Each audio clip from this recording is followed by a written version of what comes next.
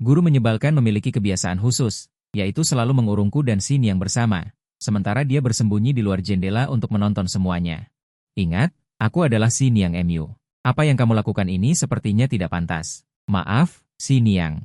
Jika aku tidak melakukan ini, aku dan kamu tidak akan selamat. Guru sedang menguping di luar kamar. Ternyata semua ini, guru adalah orang tanpa akar, dan dia menghitung bahwa aku yang memiliki tubuh 9 yang akan mengalami masalah. Tubuh 9 yangku dapat membantunya memulihkan kejantanannya. Maka dia merancang agar seluruh keluargaku mati dengan tragis, dan dia mengambil kesempatan untuk berpura-pura menjadi Taois yang saleh dan mengadopsiku. Sejak itu, aku menjadi murid Taois tua itu. Saat itu, aku sangat berterima kasih kepada guruku, Zhang Qiongzi. Dia memberiku rumah yang aman dan mengajariku berbagai ilmu Tao. Namun, Zhang Qiongzi selalu menatapku dengan aneh, dan menyuruhku mengeluarkan darah dari tubuhku sebulan sekali. Dia bilang aku terlahir dengan tubuh 9 yang kiku sangat kuat. Jika tidak dikeluarkan, aku pasti akan mati. Jadi aku menurutinya dan dengan patuh mengeluarkan darah setiap bulan. Namun, suatu kali aku diam-diam melihat Zhang Qiongzi meminum darahku, dengan ekspresi menikmati. Aku mulai sedikit takut, tidak mengerti apa yang sebenarnya dia lakukan. Hari ini, guru Zhang Qiongzi membawa 4 wanita kembali. Mereka semua dikurung di gunung belakang. Zhang Qiongzi berkata kepadaku, murid, Yang Qmu semakin kuat. Mengeluarkan darah dari tubuhmu tidak ada gunanya lagi. Guru tidak akan memperlakukanmu dengan buruk. Saatnya bagimu untuk menjadi seorang pria.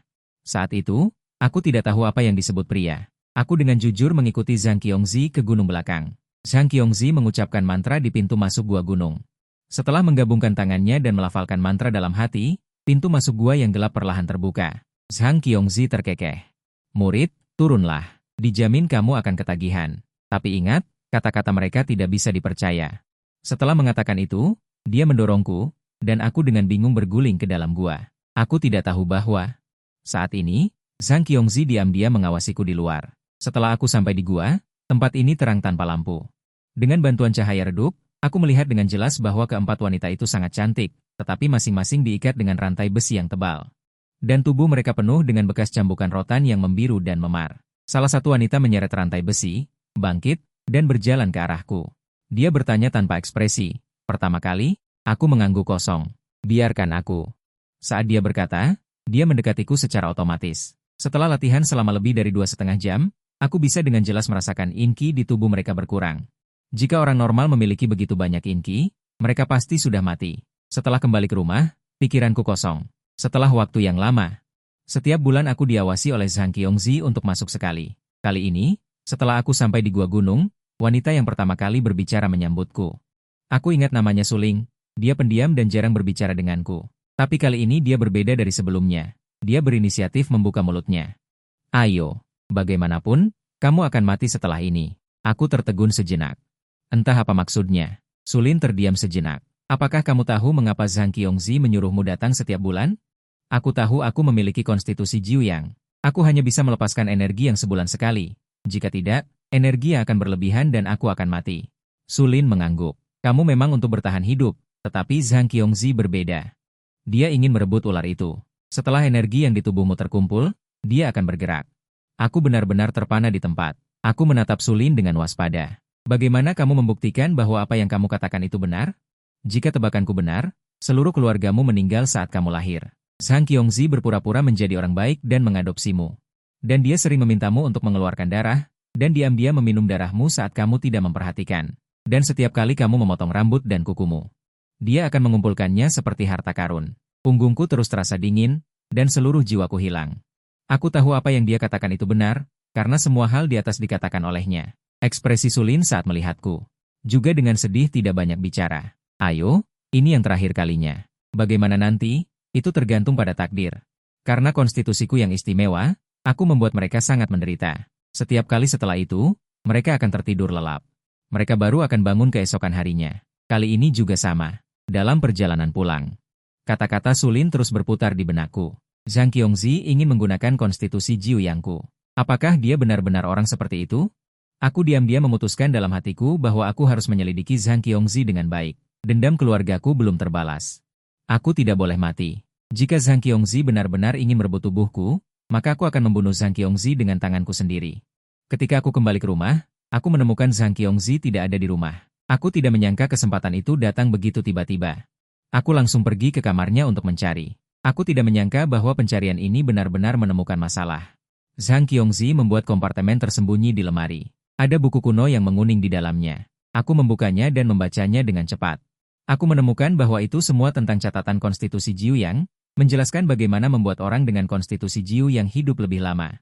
Dan bagaimana menggunakan konstitusi Jiu Yang untuk mendapatkan kelahiran kembali. Catatan dalam buku itu persis sama dengan apa yang Zhang Qiongzi lakukan padaku. Aku tidak menyangka dia benar-benar ingin merebut tubuhku. Aku terpana di tempat, sedikit bingung. Buat makan malam, hari ini ada tamu. Suara Zhang Qiongzi tiba-tiba terdengar di halaman. Aku dengan cepat menenangkan emosiku. Ini pertama kalinya aku melihat wanita secantik ini, jadi aku menatapnya tanpa berkedip. Zhang Qiongzi melihat penampilanku yang linglung. Dia mendengus dingin, ini Xin Yang MU, jangan punya ide yang tidak berguna. Yang di belakang gunung sudah cukup untukmu. Aku pura-pura tidak mendengar dan terjun ke dapur untuk mulai sibuk. Saat makan, aku melirik dan memperhatikan. Tangan dan kaki Xin Yang, seperti wanita-wanita yang dihasut itu, juga terikat oleh rantai besi, bahkan di belakang lehernya yang licin. Aku juga menemukan jimat kuning yang ditempelkan. Jantungku berdegup kencang, aku selalu punya firasat buruk.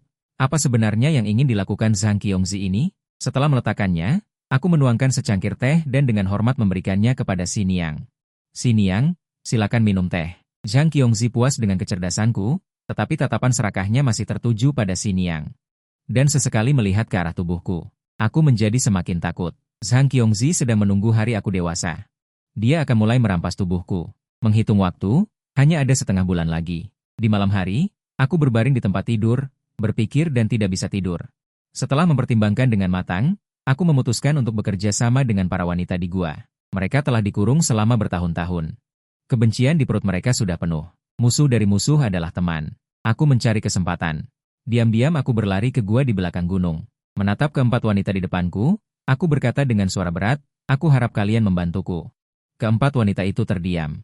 Setelah beberapa lama, mereka berkata, membantu tidak masalah, tetapi setelah itu, kami harus dibebaskan. Saat ini, Suling berbicara, kami berempat adalah siluman gunung. Kekuatan kami telah dikurung oleh Zhang Qiongzi. Dalam keadaan seperti ini, kami tidak bisa membantumu, kecuali kamu bisa membantu kami melepaskan siluman gunung. Kilatan aneh melintas di mataku. Suling menunjuk dirinya sendiri, aku adalah rubah. Kemudian dia menunjuk yang lain, dia adalah ular, yang itu adalah laba-laba. Dan ada kelabang. Otakku berputar dengan keras. Dengan kata lain, aku selama ini bermain dengan ular, serangga, dan monster. Sepertinya lebih hebat daripada Ning Chai Chen yang bermain dengan hantu. Tapi sekarang aku tidak punya waktu untuk memikirkan hal ini. Di otakku hanya ada dua kata, bertahan hidup. Aku mengangguk dengan serius. Semua jurus Zhang Qiongzi telah aku pelajari. Membuka satu kurungan, aku sangat percaya diri. Suling juga tidak ragu untuk menunjukkan pinggangnya yang ramping. Ujung jarinya berada di atas pinggang. Menggambar jimat merah dengan cinnabar. Saat aku melihat jimat ini, pikiranku menjadi kosong. Karena aku belum pernah mempelajari jimat seperti ini. Suling berkata, ini adalah jimat Li Huo. Wajahku berangsur-angsur menjadi gelap. Aku tidak menyangka Zhang Qiongzi ini benar-benar menyembunyikan sesuatu. Jika jimat ini tidak dibuka, mereka sama sekali tidak bisa mengerahkan seluruh kekuatan mereka. Aku menggertakkan gigi dan berkata, kalian tunggu aku 2 hari. Aku akan menemukan cara untuk membukanya. Setelah kata-kata itu jatuh, Suling merangkak mendekat. 3 orang di sampingnya juga secara sukarela bergabung dalam pertempuran. Aku tahu mereka meminta bantuan. Berharap aku bisa menyelamatkan mereka sebanyak mungkin. Setelah keluar dari gua, aku tanpa ragu langsung pulang. Setelah mencari-cari di rumah 2 kali, tidak mendapatkan informasi apapun tentang jimat api pemisah. Saat itulah, Xin Yang yang selama ini dikurung di kamar berbicara. Apa yang sedang kamu cari? Aku dengan tegas menjawab. Jimat api pemisah. Keheningan menyelimuti ruangan sejenak. Kamu ingin membunuh Zhang Qiongzi?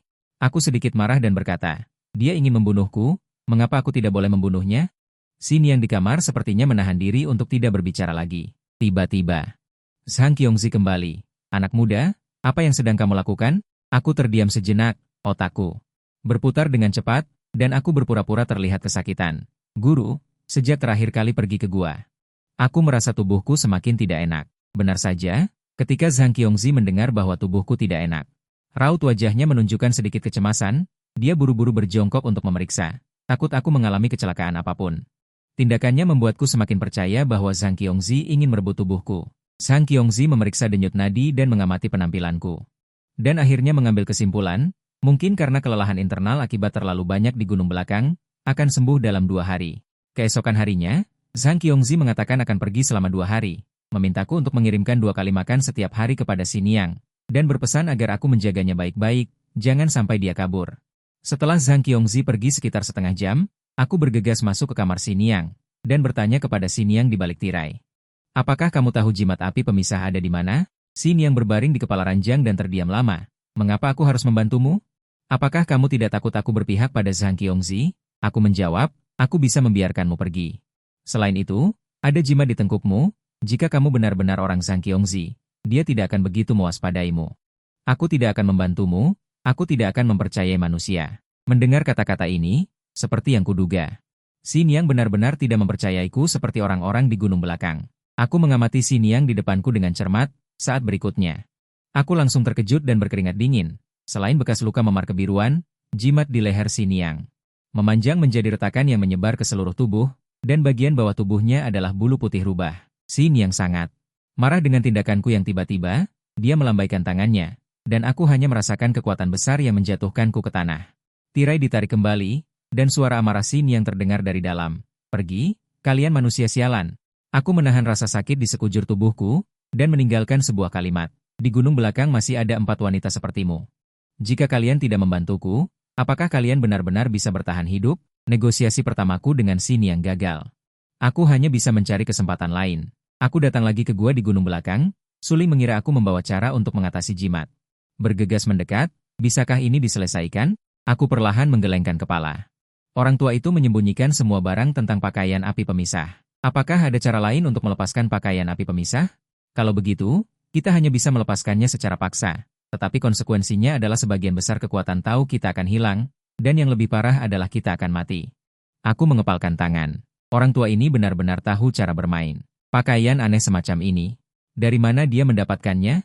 Seorang wanita bernama Nini perlahan berkata, kami menunggumu. Jangan khawatir, pelan-pelan. Kemudian, keempat orang itu mendekatiku. Kemarahanku pada Zhang Qiongzi. Semuanya dilampiaskan dengan cara lain. Kali ini aku langsung tertidur di dalam gua. Tengah malam, aku samar-samar mendengar. Keempat wanita ini berbisik dengan aneh, apakah kita akan memakannya? Jangan terburu-buru. Tunggu dia membebaskan kita, baru kita makan. Tapi aku sudah tidak sabar. Aku benar-benar lapar. Jika kita terus lapar, bahkan tanpa jimat ini, aku akan mati. Bertahanlah 2 hari lagi. Jika dia benar-benar tidak bisa menyelamatkan kita, tidak ada kata terlambat untuk memakannya. Aku merasa sangat dingin. Aku hanya bisa menutup mata dan berpura-pura tidur. Aku tidak berani bergerak sedikit pun sampai fajar. Keesokan paginya, aku segera berlari pulang. Pikiranku kacau. Keempat wanita ini ingin membunuhku, Zhang Qiongzi juga ingin membunuhku. Jadi, semua orang ingin membunuhku? Aku meminta beberapa ratus yuan pada Zhang Qiongzi. Aku bilang ulang tahunku sudah dekat. Aku ingin pergi ke desa di kaki gunung untuk membeli makanan enak. Sekaligus berterima kasih pada guru atas bimbingannya selama bertahun-tahun. Zhang Qiongzi ragu-ragu sejenak sebelum memberiku uang dan berpesan agar berhati-hati di jalan. Ada segala macam hantu di gunung. Di jalan, aku juga mempertimbangkan apakah aku harus melarikan diri sekarang, tetapi kurasa tidak peduli seberapa jauh aku lari. Zhang Qiongzi akan dapat menemukanku. Cara yang paling mudah adalah membunuh orang itu. Saat pikiranku berkecamuk, aku tiba di desa. Di seberang sana ada toko pestisida. Pestisida? Mungkin aku bisa meracuni Zhang Qiongzi sampai mati. Aku tersenyum pada Wang Dama yang menjual pestisida. Dama, apakah Anda punya obat yang bisa membuat sapi makan dan menjadi lebih tenang? Wang Dama melirikku dengan curiga. Apakah paket yang Zhang Qiongzi beli kemarin tidak cukup? Sial, aku sedikit bingung. Untuk apa Zhang Qiongzi membeli obat? Kemungkinan besar dia memiliki ide yang sama denganku. Pikiranku berputar cepat dan menjawab, guru kehilangannya di jalan pulang. Dia menyuruhku untuk membelinya lagi. Wang Dama percaya padaku dan mengeluarkan sebungkus bubuk obat. Barang ini harus dihitung. Seukuran ibu jari dan jari telunjuk sudah cukup. Terlalu banyak bisa membunuh sapi. Aku mengangguk, mengambil obatnya, membayar, dan pergi. Hatiku gelisah. Tanpa diduga, Zhang Qiongzi selangkah lebih maju dariku dan membeli obat. Kemudian, aku membeli sedikit arak dan daging secara acak, lalu berjalan menuju rumah. Sebelum sampai di rumah, aku berjongkok di hutan. Membuka 3 botol arak yang baru dibeli, mengambil obat dan langsung menuangkannya ke dalam. Tidak peduli berapa banyak, semuanya dituangkan. Aku mengocok arak yang sudah dicampur obat, dengan hati yang gelisah aku berjalan menuju rumah, sampai di depan pintu aku berpura-pura gembira. Guru, aku membelikanmu rokok dan arak yang enak. Zhang Qiongzi melirik. Membeli rokok semahal ini, tidak boros? Aku tersenyum bodoh. Guru membesarkanku, aku membelikanmu rokok dan arak yang enak untukmu, itu sudah seharusnya. Aku hendak pergi ke dapur untuk memasak, tetapi dihentikan oleh Zhang Qiongzi. Dia menyuruhku untuk membawakan sisa makanan kemarin. Untuk keempat wanita di gua, hari ini dia yang memasak. Aku dengan tajam menangkap informasi penting. Hari ini dia yang memasak. Aku dengan susah payah menahan hati yang cemas, sambil menendang kotak makanan aku berjalan menuju gunung belakang. Zhang Qiongzi hari ini akan meracuni, apa yang harus kulakukan? Sampai di dalam gua. Aku menemukan banyak bekas luka di tubuh Suling dan yang lainnya, aku menduga Zhang Qiongzi sudah menemukan petunjuk. Hari ini aku keluar, tepat baginya untuk memperingatkan para wanita ini. Kilatan kecemasan terlihat di mata Suling. Usahakan secepat mungkin, Zhang Qiongzi sepertinya sudah membuat rencana. Aku mendengus dingin dalam hati. Baguslah, kalian ingin mencelakaiku juga bukan orang baik, tetapi untuk menenangkan mereka.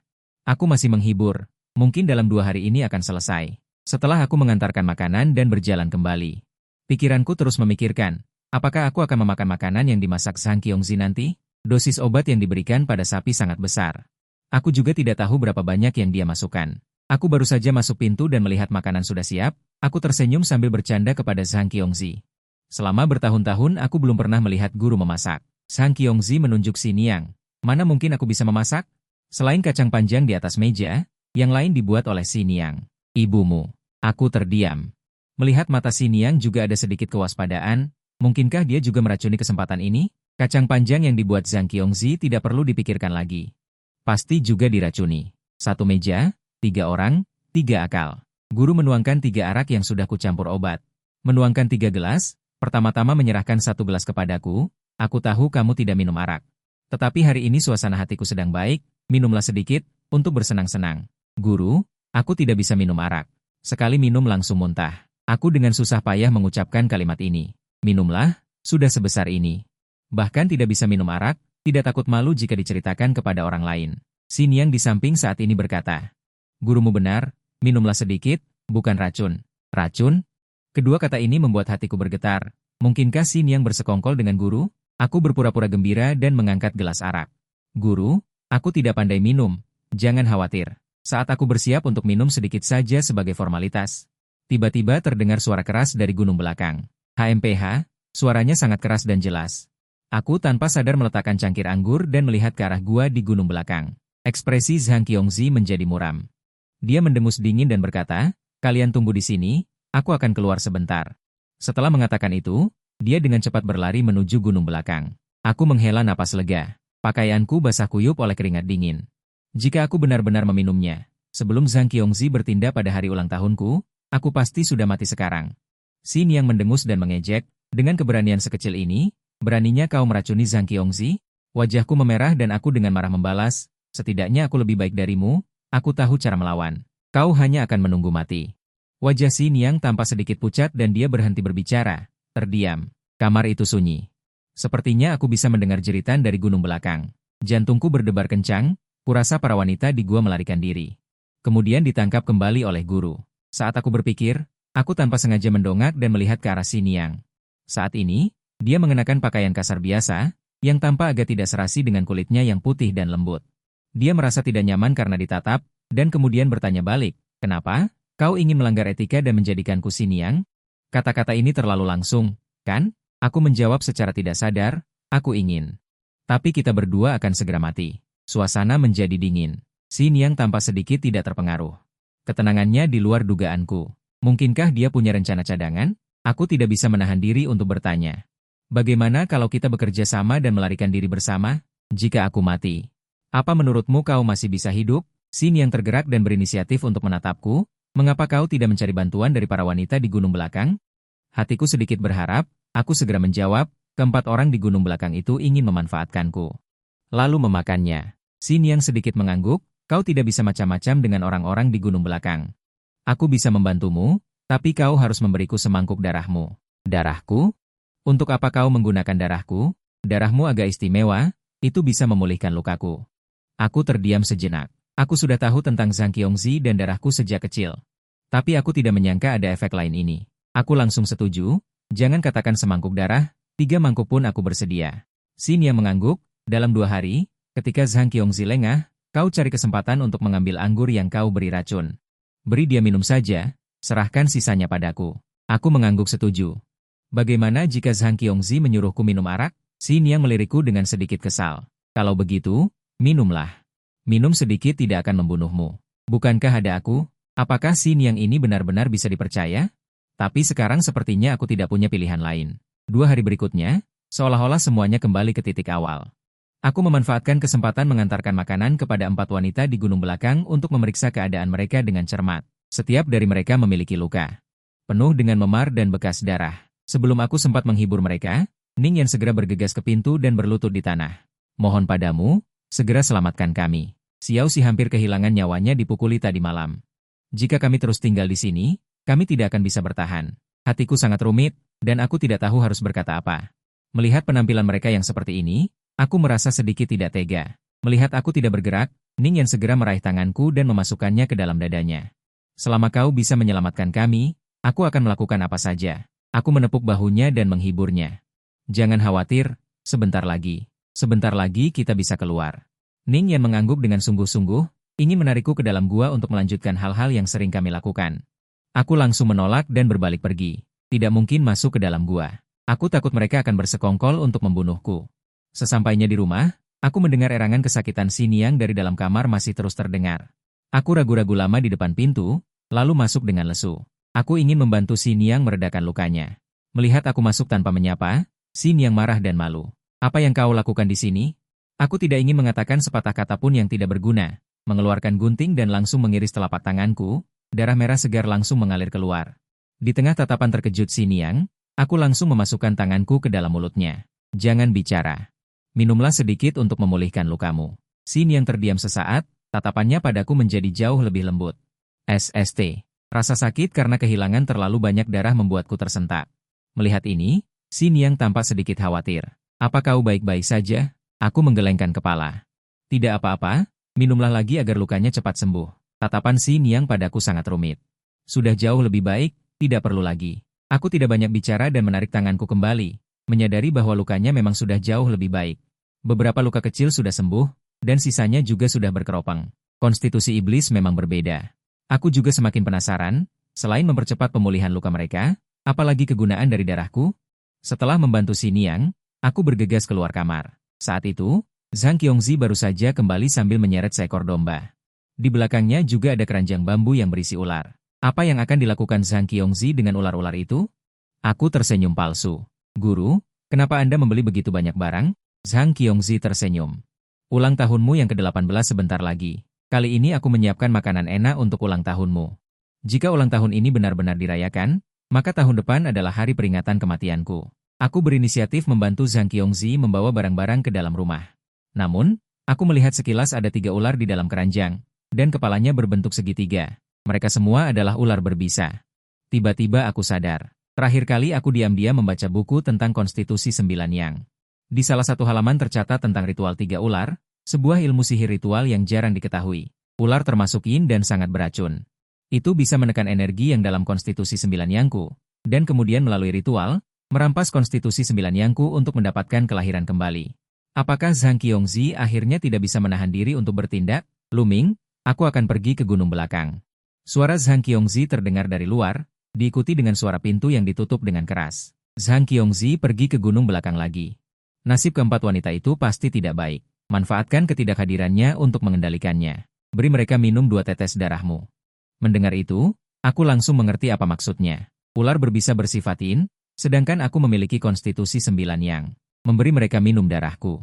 Sama seperti menuangkan air mendidih ke salju, mereka akan kehilangan semua kekuatan. Saat aku hendak keluar untuk bertindak, Xin Yang tiba-tiba bertanya, jika kita keluar, cari kesempatan untuk membunuh 4 wanita di gunung belakang.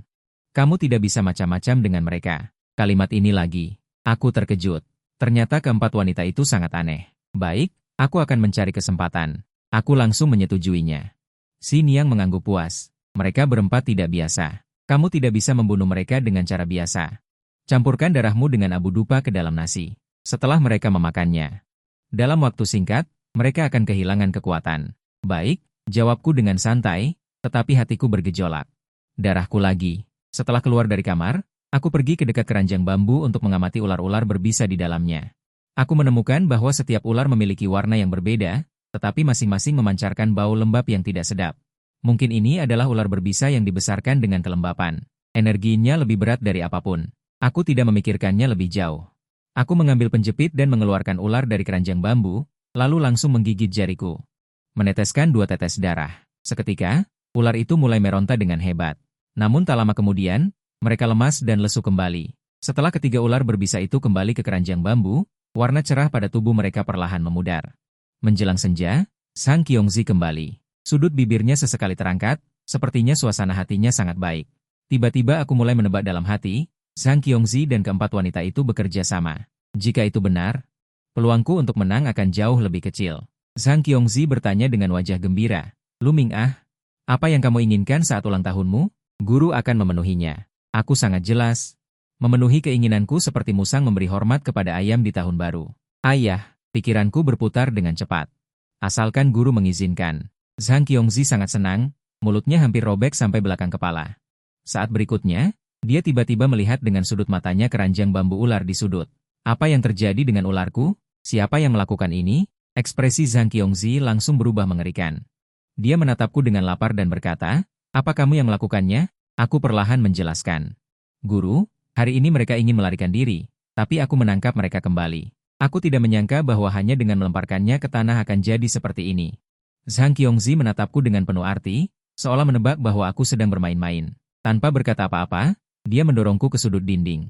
Dia mengangkat cambuk dan mencambuk tubuhku dengan kejam. Jangan percaya kata-kata si Niang itu. Dia itu siluman rubah. Aku sudah memperlakukanmu dengan baik, tapi kamu malah mendengarkan kata-kata orang luar dan melawanku. Aku berdiri dan balas berteriak. Kaulah yang pertama kali ingin membunuhku. Sang Qiongzi mencibir.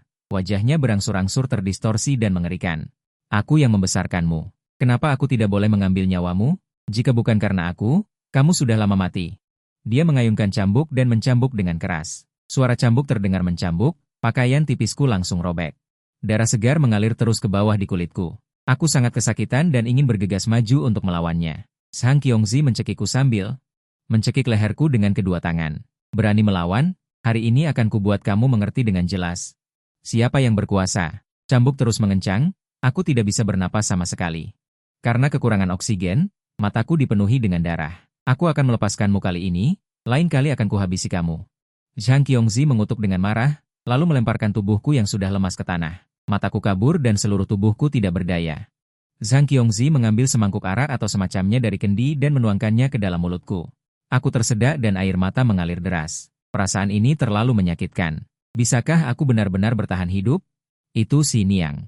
Aku memiringkan kepala dan melihat ke arah kamar si Niang.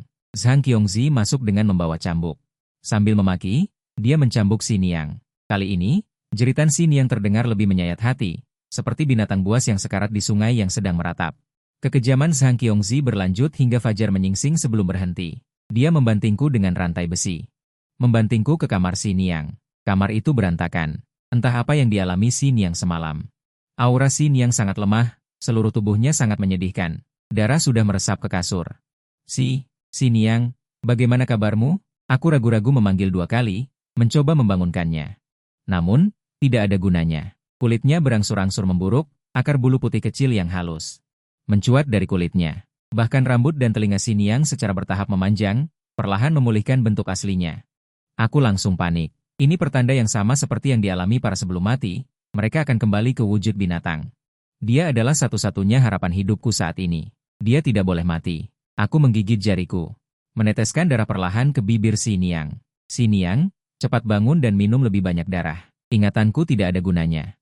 Si Niang telah kehilangan kemampuan menelan. Aku memutuskan untuk menggigit ujung lidahku dan memberi makan semua darah yang keluar dari ujung lidahku padanya. Si Niang merasakan vitalitas yang datang dari tubuhnya dan secara bertahap pulih. Kamu, apa yang kamu lakukan? Si Niang perlahan terbangun. Begitu dia membuka matanya, dia melihatku memberinya makan darah dari mulutku dan langsung terpana.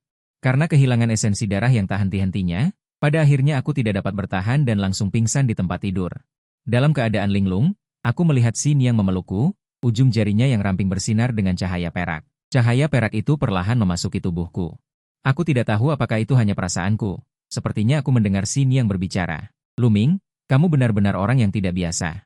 Tidak heran ada begitu banyak orang yang ingin membunuhmu. Selama 2 hari berikutnya, Zhang Qiongzi menendang dan meninjuku. Dia bahkan tidak memberiku seteguk nasi pun untuk dimakan. Aku berjuang keras hingga hari ulang tahunku. Zhang Qiongzi menunjukkan senyum aneh. Dia berjalan ke arahku selangkah demi selangkah dan melepaskan belengguku.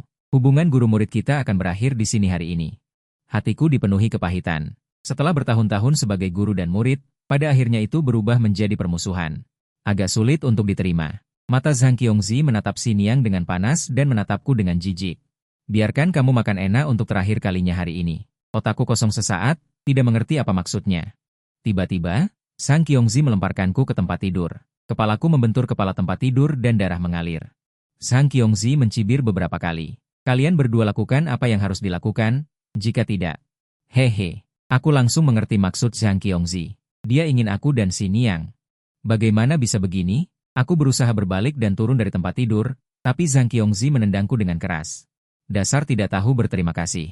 Jika hari ini kamu tidak menyentuhnya, otakmu yang akan disentuhnya. Aku menatap Xin Yang memohon bantuan. Xin Yang, apa yang harus kita lakukan? Xin Yang terdiam beberapa detik. Mendekat ke telingaku dan berbisik, tidak apa-apa. Ayo, di depan Min Yao ini, buat dia kesal.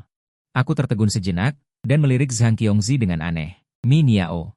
Tidak heran Zhang Qiongzi selalu menyuruhku pergi ke gunung belakang, tetapi dia sendiri tidak pergi. Ternyata dia tidak bisa. Xin Yang dan aku saling bertatapan.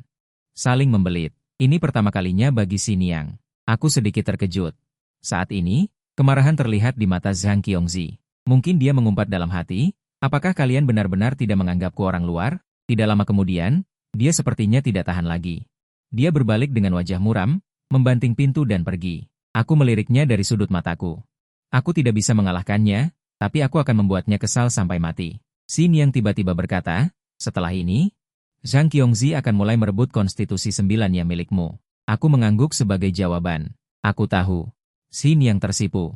Dia ingin menggunakan tubuh obatmu untuk mengendalikan 9 yang milikmu. Dengan begitu, dia bisa berhasil merebutnya. Aku terkejut. Jadi, alasan guru membawa Xin Yang kembali adalah ini. Xin Yang terdiam sejenak. Jika benar-benar tidak bisa, nanti aku akan keluar dan menahannya. Kamu cepat melarikan diri. Aku terdiam. Aku tidak tahu apakah aku bisa melarikan diri atau tidak, tapi Xin Yang pasti akan mati.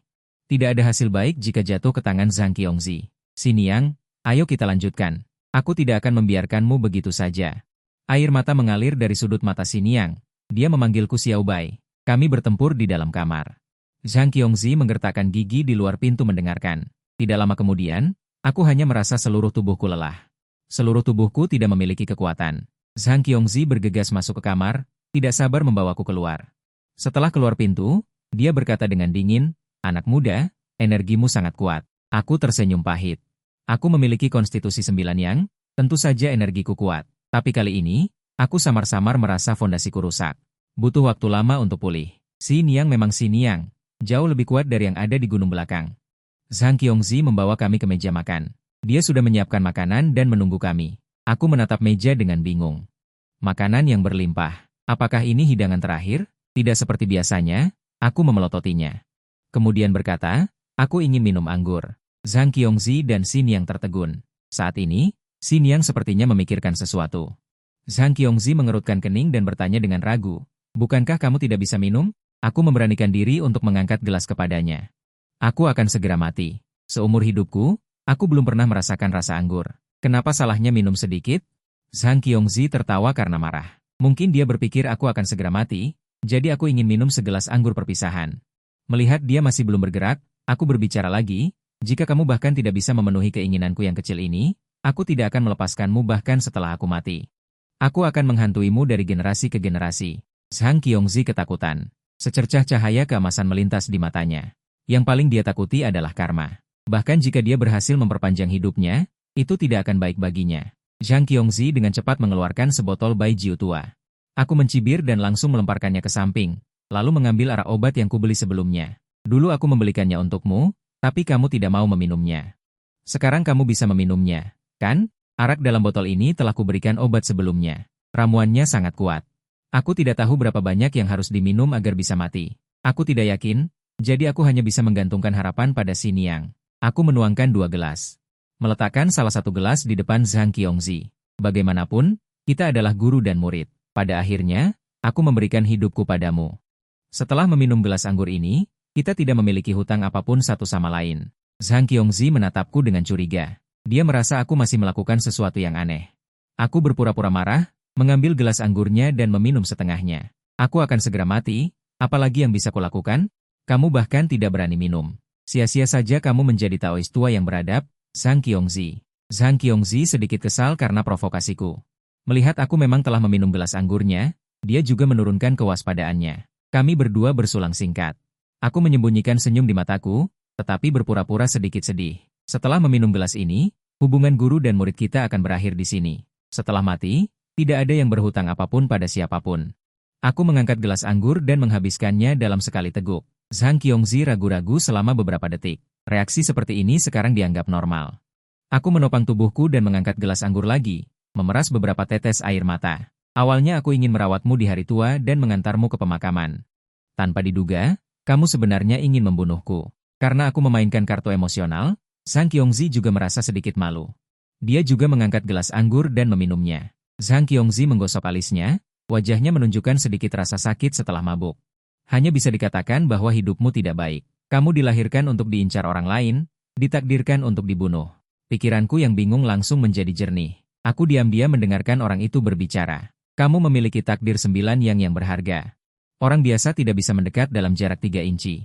Dia sudah mengincarmu sejak ibumu hamil 7 bulan. Setelah melahirkanmu, ibumu meninggal. Keberuntungan keluargamu menderita kerusakan. Setelah itu, mereka menemukan cara lain. Membunuh kakek dan nenekmu. Akibatnya, keberuntungan keluargamu hilang sebagian besar. Mereka kemudian merancang untuk membunuh ayahmu. Langsung menyebabkan takdirmu rusak. Takdir dan keberuntungan keduanya rusak. Kamu juga mengorbankan sebagian besar. Dewa tidak bisa melindungimu. Aku mendengarkan dengan tenang karena amarah membuat jantungku berdetak lebih cepat. Tak disangka semua ini adalah sebuah konspirasi. Siapa sebenarnya yang membunuh keluargaku dan kemudian membuatku menjadi seperti ini?